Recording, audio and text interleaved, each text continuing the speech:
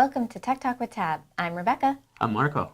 And we are coming to you live from our studios in East Hartford, Connecticut at Tab Computer Systems. Today, we're going to talk about email and all of the different ways that someone can get into your email, spoof your email, hack your email, and try to get information from you through your email. A lot of these things have been happening since the inception of email, and so we're kind of familiar with some of them, but I wanted to go over it because it's a very important topic. And as technology continues to evolve and hackers evolve, these types of phishing scams and spoofing scams continue to evolve. So we're going to go through them, and we're going to give you a little bit of tips and tricks on how to keep yourself safe. So Perfect. Let's start getting into this. So I want to go over the types of hacking first.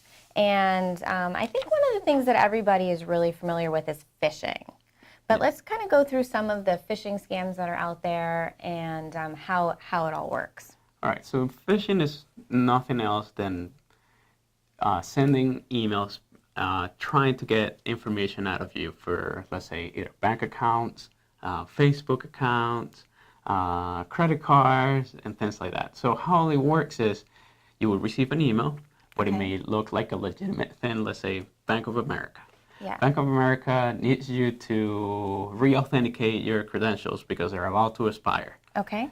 And you go, you click on the link, and it brings you to a page. It looks just like Bank of America. You're not really paying attention too well. The web address is not truly Bank of America, or it's maybe misspelled on purpose. Okay. And then you go, you put your username, you put your password, and nothing happens to you. You are like, okay, I couldn't log in, and then you type it again and do the same thing.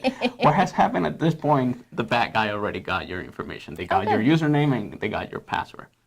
So they do that not just with like banks, but they have done that with social media sites, Facebook, Twitter, and things like that. I think a big one too is PayPal. PayPal, yep. So that's how they get your credentials. Once they get your credentials, now you're hacked, you're compromised, and well, bad things could happen.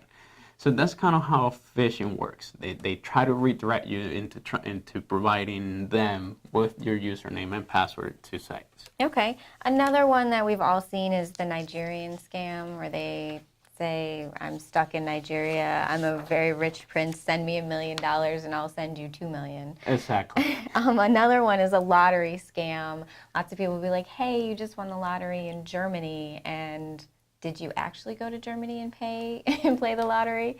So just be wary of some of the emails that are coming to you. Yeah, even like people like I received personally from a friend one time was like, oh, I'm stuck in the Middle East. Can you please send me some money so I can make it back home? I knew this person was not in the Middle East because I have seen him earlier in the day, but it's just one of those things that you have to be kind of careful about. Yeah. Especially if it's somebody that you don't see very often, but it's still, let's say, a close relative or a friend or something like that. Yep. Yeah, so be wary of who is sending you the actual email and what the email is prompting you to do.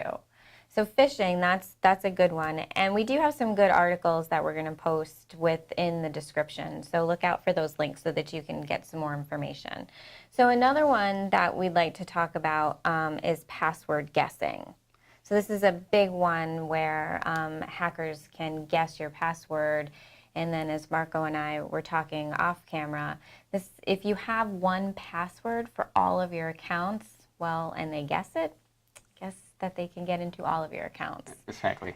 So with the password guessing, what they do is the bad guys, they have a pool of many passwords that they're common passwords that they're, like, let's say password, God mode, password one, password, different type of variations.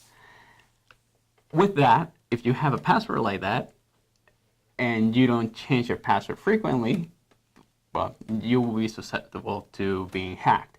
Once they have access to your email, they might just leave it like that, and they may just be trying to send either phishing emails out of your account, requesting somebody to send, let's say, a wire transfer. So like a lot of people have heard of the CEO, CFO wire fraud. So this one way that could happen, that you could, somebody gets hacked, they send an email to somebody who knows this person, and they start replying back and forth, and then, the person is out of money.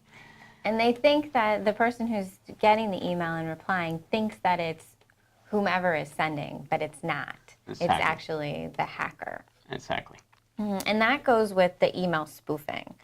So a lot of times here at Tab, we get clients who are like, I keep getting people telling me that they're getting an email from me and I'm not sending it.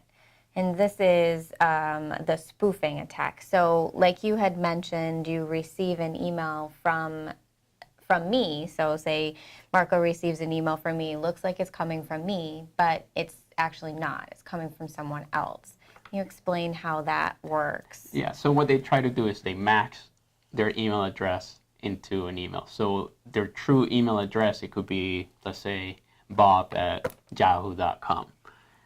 But they pretend to be Rebecca at Tab Inc. Mm-hmm. And what they do is they change the display name for the email. You receive it and you think it's Rebecca, because a lot of people don't pay attention to the email address that is coming in. Nope. And they just see the display name. They say, oh, this is Rebecca from Tab. This is perfect. I can just reply or do whatever it is that she's asking me to do. Mm-hmm. We ask to be careful of all that, just because you just have to make sure that you pay attention to who is originating on that email. So that's usually how that works. They pretend to be somebody else. They're not really utilizing that person's account, so the account has not been hacked. They're just pretending to be somebody else. Okay, so pretending to be somebody else, that is spoofing. Yes. Okay, and then with spoofing, that's where it comes with wire fraud a lot of the times. Wire fraud, and you could have things asking you to even try to install certain applications like keyloggers and things like that.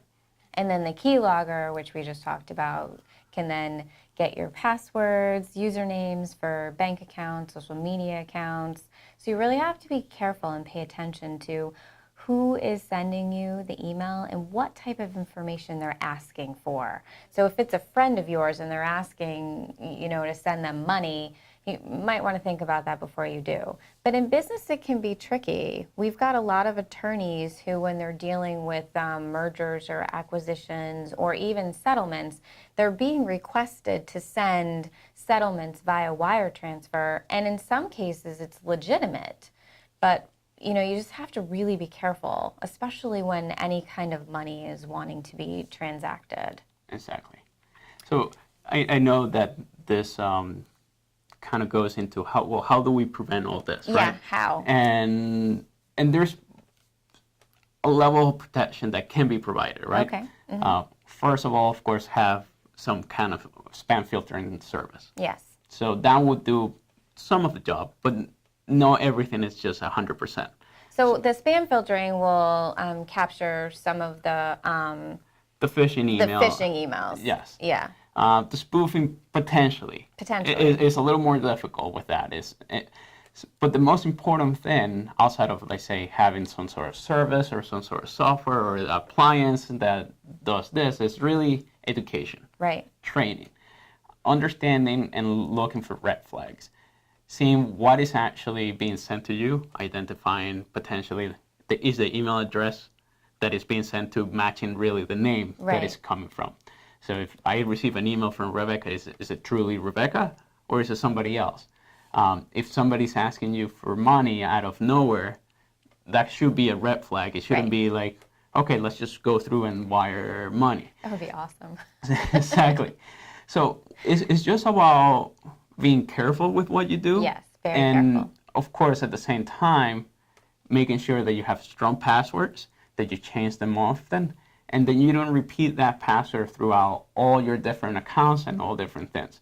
There are many products out there that allow you to generate random passwords, and you could have, let's say, just one password to remember. Yep. And then that utility actually will go and do things like that. So I'm not necessarily gonna recommend one in particular because there are many out there. Yep. And maybe we can link some we can for definitely some people do that. to review them, but there's not really a bad or a good one per se. It's just about being protected. And so this would be an app on your phone or a program on your computer? It could be an app on your phone. It could be a web browser, or it could be also an app on the computer. Okay. All depending on how much level of safety you feel you want to do. Is this something that you trust having, like, let's say, a cloud service, right? Or you want a program that resides on your computer only? So it will be depending on how the level of comfort for the person. Mm-hmm. One of the things that I do, and I don't know if this is recommended, but I have a spreadsheet that has 2 passwords that you need to get into in order to access it, and then I do have that up on my Dropbox, which has a secure password. So, I mean, that's better than not having anything at all. So you didn't say if that was recommended or not. So I don't want to recommend things just because of, depending on how safe somebody may feel about using different technologies. But I do think it is safer than not having anything at all, or just having, let's say, just one password. Because it's really hard, because sometimes you go through certain phases in your life and you need certain passwords and usernames, and then you only use it once and you forget about it. So you really do need to write it down so that in 6 months you can access that account again. Exactly. Mm-hmm. So, I mean, what you're doing is what a lot of those programs do, which is in a sense, they have a vault, and then you're saving everything in there, and then you have a password that for you to access that vault, you have to have the password for that. Yep. You can make it to have 2-factor authentication and things like that. Yep. So we will list those as well as the articles that we looked at today in the comment section on our YouTube video. And one other thing that I wanted to mention is if you like our videos, subscribe to our channel on YouTube so you always get notified when we post a new one. Definitely. But I think that that's all that we have for today. Yep. So thanks for joining, and tune in next time. Thank you.